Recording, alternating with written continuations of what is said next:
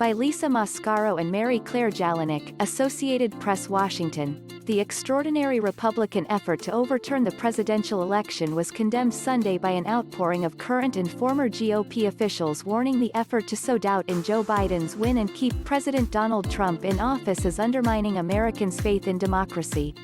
Trump has enlisted support from a dozen Republican senators and up to 100 House Republicans to challenge the Electoral College vote when Congress convenes in a joint session to confirm President-elect Joe Biden's 306-232 win. With Biden set to be inaugurated January 20, Trump is intensifying efforts to prevent the traditional transfer of power, ripping the party apart. Despite Trump's claims of voter fraud, state officials have insisted the elections ran smoothly and there was no evidence of fraud or other problems that would change the outcome.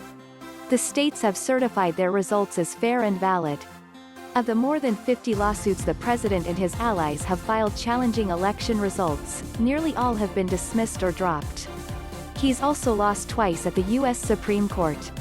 On a call disclosed Sunday, Trump can be heard pressuring Georgia officials to find him more votes. The 2020 election is over, said a statement Sunday from a bipartisan group of 10 senators, including Republicans Susan Collins of Maine, Lisa Murkowski of Alaska, Bill Cassidy of Louisiana and Mitt Romney of Utah. The senators wrote that further attempts to cast doubt on the election are contrary to the clearly expressed will of the American people and only serve to undermine Americans' confidence in the already determined election results. Vemba-video equals TV. The 3rd of January 2021, Republican Governor Larry Hogan of Maryland said, "The scheme by members of Congress to reject the certification of the presidential election makes a mockery of our system and who we are as Americans." Former House Speaker Paul Ryan, a Republican, said in a statement that Biden's victory is entirely legitimate, and that efforts to sow doubt about the election strike at the foundation of our republic.